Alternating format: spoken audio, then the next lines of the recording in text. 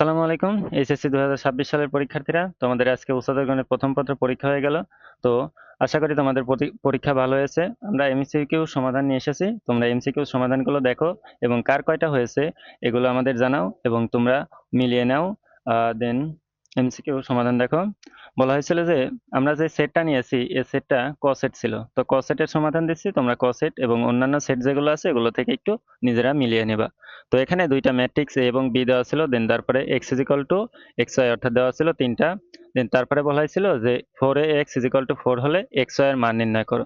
তো এখান থেকে আমরা অবেদক দিতে পারি 4ax is equal two 4ai। দেন এখান থেকে আমরা ক্যালকুলেশন করে এখান থেকে আমরা যে মানটা পাবো অর্থাৎ ম্যাট্রিক্স সমতার মাধ্যমে এটা আমাদের কত হবে 4 এবং 3, অর্থাৎ আমাদের 1 নম্বরের অ্যান্সার হবে 4 3। দেন 2 নম্বরে একটা কোশ্চেন ছিল যে একটি নির্ণায়ক দেওয়া আছে, নির্ণায়কটির মান কত হবে। তো এই ক্ষেত্রে দেখো সি অর্থাৎ আমরা C1 অর্থাৎ কলাম 1 কে আমরা যদি কি করি এক্সচেঞ্জ করি, অর্থাৎ এই সবগুলো যোগ করি তাহলে কত হবে m, অর্থাৎ দেখো আমরা এই দুইটার সঙ্গে যদি যোগ করি তাহলে কত হবে m plus n plus n, তার মানে কি আহ, এক নম্বর কলামের ক্ষেত্রে সবগুলোই হয়ে যাবে আমাদের m plus n plus n, এবং 2 নম্বরে কত আছে সবগুলোতে হাফ। তো দুইটা কলাম যদি সেম থাকে তাহলে সেই ক্ষেত্রে আমরা কি বলতে পারি সেই নির্ণায়কের মান 0, অর্থাৎ এটার অ্যান্সার হবে কত 0। দিন 3 নম্বর কোশ্চেন দেওয়া ছিল তোমাদের একটা ম্যাট্রিক্স, দেন তারপরে কি বলছে এটা 2/2 ম্যাট্রিক্স। তো 2/2 ম্যাট্রিক্সের বিপরীত ম্যাট্রিক্স আমরা খুব সহজেই করতে পারি। এক্ষেত্রে আমরা একটু গতদিন দেখাইছিলাম এ বি সি ডি যদি থাকে তাহলে সেই ক্ষেত্রে তার বিপরীত করবা কিভাবে, নিচে আসবে এ এর সাথে ডি মাইনাস বিসি, আর এখানে কি হবে এ এবং ডি এক্সচেঞ্জ হবে এবং বি এবং সি এর আগে কি হবে মাইনাস চিহ্ন বসবে। তো এই ক্ষেত্রে আমরা এটা দেখ এখান থেকে ডিটারমিনেন্ট বের করছি, তারপরে এখান থেকে এক্সচেঞ্জ করি, তারপরে এখান থেকে অর্থাৎ আমাদের অ্যান্সার হবে কত খ নম্বর। দেন তারপরে বলা হয়েছিল এ এর মান কত হলে দুইটা ভেক্টর দ্বয় পরস্পর কি হবে লম্ব হবে। আমরা জানি ডট গুণফল কি হবে, ডট গুণফল 0 হলে তখন লম্ব হবে। এগুলো আমরা দেখাইছি। তাহলে 3 দুগুণ 6 মাইনাস 3 মাইনাস মাইনাসে প্লাস 3 4 12, দেন এখানে কত আছে এ, এখানে আছে 3, তাহলে তাহলে হবে কত 3a। দেন এখান থেকে আমরা ক্যালকুলেশন করলে কত পাবো -6, অর্থাৎ তোমাদের এটার অ্যান্সার হবে -6। দেন তারপরে বলা হয়েছিল 6 বাহু বিশিষ্ট বহুভুজের কৌণিক বিন্দুগুলোর সংযোগ কয়টি কর্ণ অঙ্কন করা যাবে। এটাও আমরা গতদিন খুব ভালো করে দেখিয়ে দিছি। এটার সূত্র কি ছিল n c2 মাইনাস n। তাহলে দেখো n কত আছে 6, তাহলে c2 মাইনাস 6, তাহলে এটার অ্যান্সার হবে 9। দেন বলা হয়েছিল সভাপতি পদে 4 জন প্রার্থী আছে, 5 জন লোক ভোট দিতে পারবে। 5 জন লোকের ভোটে অর্থাৎ নির্বাচিত হতে পারবে। দেন কত প্রকারে ভোট দিতে পারবে, অর্থাৎ দেখো এখানে প্রার্থী সংখ্যা কয়জন 4 জন, অর্থাৎ 4 জন ফিক্সড, এবং এই যে 5 জন এই 5 জন কি করতে পারবে ভোট দিতে পারবে। তো এই 5 জন ভোট দিতে পারবে কয়টা পদে 4টা, তার মানে যেটা ফিক্সড অর্থাৎ 4 জনের ভোট দিতে পারবে কয়জন সেটা যাবে উপরে, অর্থাৎ 4 পাওয়ার 5 হবে, অর্থাৎ এটার অ্যান্সার হবে গ নম্বর। দেন তারপরে আসো বলা হয়েছিল একটি ফাংশন, দেন তারপরে বলা হয়েছে নিচের কোনটি সঠিক, অর্থাৎ ডোমেন রেঞ্জের ক্ষেত্রে নিচের কোনটি সঠিক হবে। তো এটার ক্ষেত্রে আমরা যেহেতু কি আছে রুটের ভিতরে, তো রুটের মধ্যে কি ঋণাত্মক হতে পারবে না, তার মানে কি করতে হবে 0 থেকে বড় এবং তার সমান হবে। দেন এখান থেকে আমরা ক্যালকুলেশন করছি, দেন এখান থেকে ক্যালকুলেশন করে দেখো 0 থেকে বড় তাহলে 1 থেকে বড় হবে, 3 থেকে বড়, দেন দেখো 1 থেকে বড় এবং তার সমান, এবং 3 থেকে ছোট, সরি 1 থেকে ছোট এবং তার সমান, এবং 3 থেকে বড় এবং তার সমান, অর্থাৎ অথবা। তাহলে এটার অ্যান্সার হবে গ নম্বর, অর্থাৎ ডোমেন হবে এইটা। দেন 8 নম্বর দেখো বলা হয়েছিল দুইটা বিন্দু সি এবং ডি বিন্দুদ্বয়ের সংযোগ রেখাংশ ডিসি 2:1 অনুপাতে অন্তর্বিভক্তকারী বিন্দুর স্থানাঙ্ক, অর্থাৎ অন্তর্বিভক্ত করছে। তো সেই ক্ষেত্রে কি করতে হবে তোমার বিন্দুটা নির্ণয় করতে হবে। দুইটা বিন্দু ছিল সি এবং ডি, দেন তারপরে কি করছে অন্তর্বিভক্ত করছে কত 2:1 অনুপাতে। তাহলে এটার অ্যান্সার হবে কত দেখো এখানে আমরা করে দিছি, এটার অ্যান্সার হবে তোমাদের এ নম্বর, অর্থাৎ ক। দেন তারপরে দেখো উদ্দীপক অর্থাৎ দুইটা সমীকরণ দেওয়া ছিল X plus Y equal to -4 এবং X plus Y equal to 2। Then তারপরে বলা হয়েছিল যে দুইটি রেখা, ও সরি, এখানে বলা হয়েছিল যে দেখো এখানে দুইটির মধ্যবর্তী দূরত্ব, ওকে দেখো এখানে এক্স এবং ওয়াই এবং 2 নম্বর সমীকরণ এক্স এবং ওয়াই দুইটাই কি সহগ সমান, অর্থাৎ আমরা বলতে পারি এই দুইটা রেখা কি পরস্পর সমান্তরাল। তাহলে কি বের করতে হবে লম্ব দূরত্ব, অর্থাৎ দুইটা ভেক্টরের মধ্যবর্তী যে দূরত্ব, আমরা সূত্র জানি কি c1 minus c2 divided by ওইটার, অর্থাৎ যে সমীকরণটা থাকবে তার কি মান। দেখো এই যে c1 অর্থাৎ -4 মাইনাস, সরি আমরা এটা তো এই সাইডে আমাদের ফরম্যাটে নিতে হবে, তাহলে দেখো কত হবে, c1 এর মান 4 আর c2 এর মান কত -2। তাহলে এখান থেকে আমরা ক্যালকুলেশন করলে বের করে আমরা পাবো কত, 3√2, অর্থাৎ ঘ নম্বর।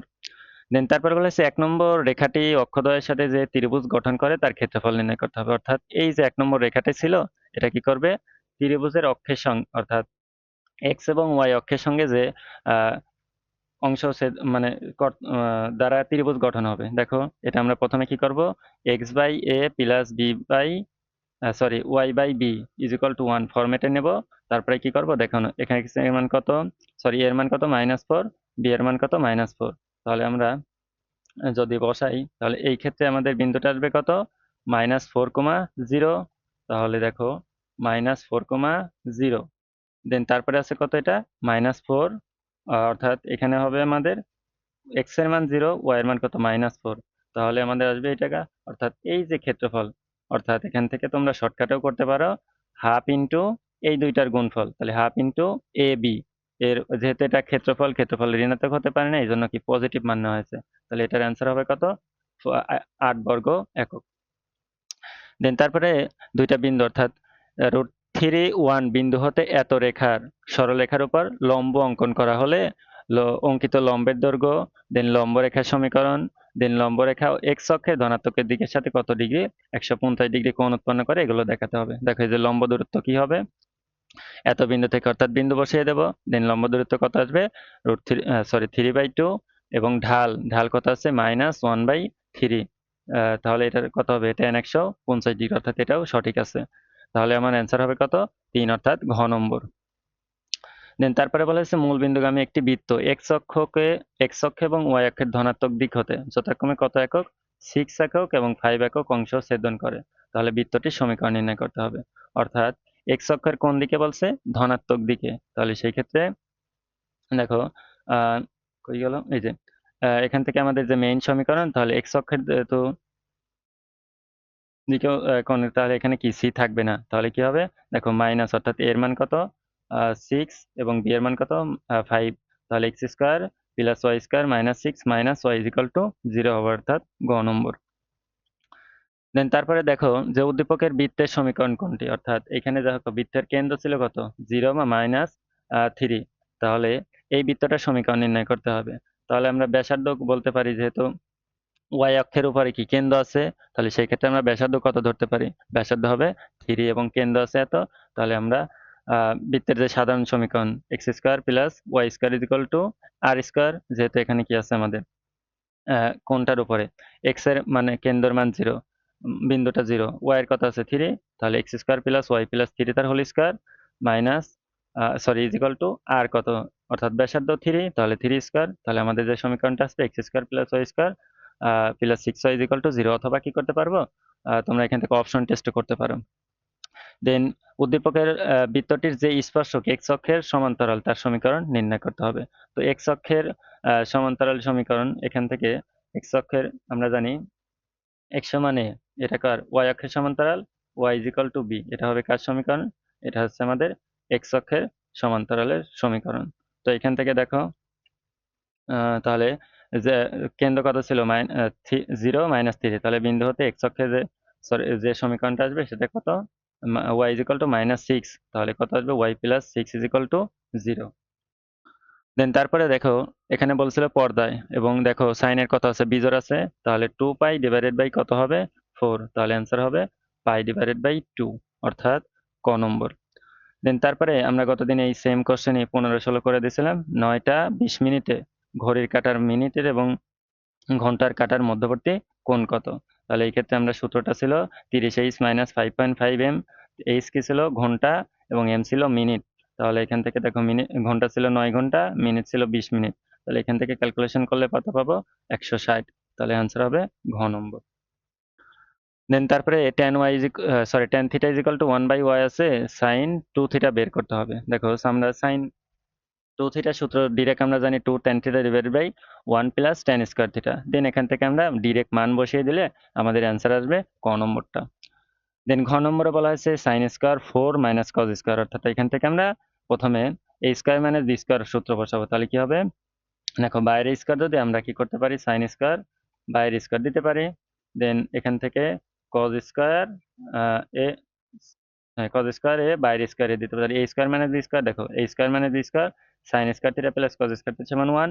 তাহলে আমাদের থাকবে কত, cos square minus sine square a, sorry sine square a minus cos square a. Then এখানে যেহেতু এই ফরম্যাটে নেই, তাহলে এখান থেকে কি করবো, আমরা ফরম্যাটটা চেঞ্জ করব। আমরা এখান থেকে কসকে সাইন আনতে পারি, যেমন 1 মাইনাস সাইন স্কয়ার। দেন দেখো এই ফরম্যাটটা আছে, অর্থাৎ 2 সাইন স্কয়ার মাইনাস 1। দেখো খ নম্বরটা এটা আছে। দেন তারপরে আসো একটি ত্রিভুজের বাহুগুলোর দৈর্ঘ্য দেওয়া আছে, দেন বলা হয়েছে ত্রিভুজটির ক্ষেত্রফল। দেন ত্রিভুজটির ক্ষেত্রফল এটা অবশ্যই, অর্থাৎ ক্ষেত্রফল আমরা বাহুর দৈর্ঘ্য এস রুট ওভার অর্ধ পরিসীমা দিয়ে বের করতে পারি। তো অর্ধ পরিসীমা দিয়ে যদি বের করো তাহলে এটাই আসবে অ্যান্সার, এবং পরিব্যাসার্ধ এটা আসবে, এবং এর যে ন্যূনতম ক্ষুদ্রতম কোণ, অর্থাৎ কি করতে হবে, 3x plus 5x plus 7y equal to 180 degree.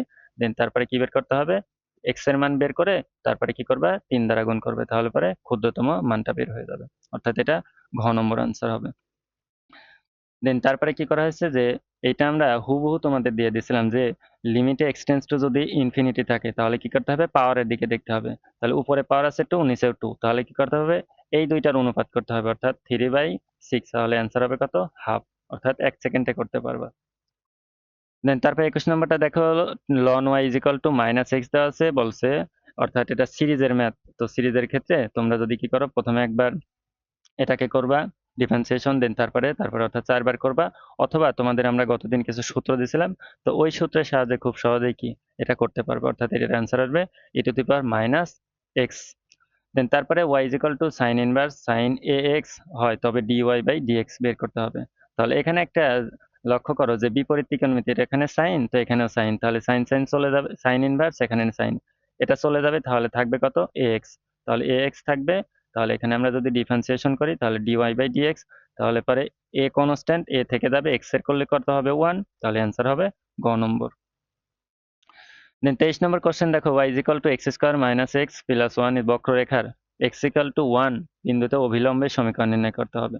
তো অভিলম্বের সমীকরণ দেখো, এখানে x is equal to 1, y is equal two কত হবে, অর্থাৎ এখানে বসাতে হবে, মানে এখানে বসিয়ে দেখো 1 মাইনাস 1 ইজ ইকুয়াল টু 1, অর্থাৎ এখান থেকে আমরা y এর মান 1, x এর মান 1 পেয়ে যাচ্ছি। দেন ঢাল বের করবা, দেন অভিকলম্বের সমীকরণ কি হবে, y minus y1 is equal two ঢাল x মাইনাস x1, তো এখান থেকে অ্যান্সার হবে ঘ নম্বর। দেন তারপরে ইন্টিগ্রেশনের ক্ষেত্রে ছিল e to the power x sine x minus cos x, এটা হুবহু তোমাদের আগের বছরের কোশ্চেন, এটাও আমরা সলভ করেছিলাম। দেখো যে এখান থেকে, দেখো এখান থেকে আমরা মাইনাস, অর্থাৎ মাইনাস কজ এক্স এর সমান আমরা ধরতে পারি এফ অফ এক্স। তো F of X, then F of X সমান আমরা কি ধরবো, মাইনাস, দেখো এখানে দেওয়া আছে F of X is equal to minus cos x.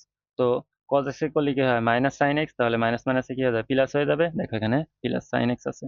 তাহলে অ্যান্সার হবে কোনটা, e to the power minus e to the power x minus cos x, তাহলে পরে অ্যান্সার হবে ক নম্বরটা। দেন তারপরে একটা চিত্র দেওয়া ছিল যে এটার ক্ষেত্রফল নির্ণয় করো। দেখো এইখান থেকে এইটুকু দেওয়া আছে কত, 8। তাহলে উপরের লম্ব এটার ওয়াই মান দেওয়া, মানে ওয়াই এর সমীকরণ দেওয়া আছে, তাহলে 8 এখানে বসালে কত হবে, 4 হবে, 2 হবে।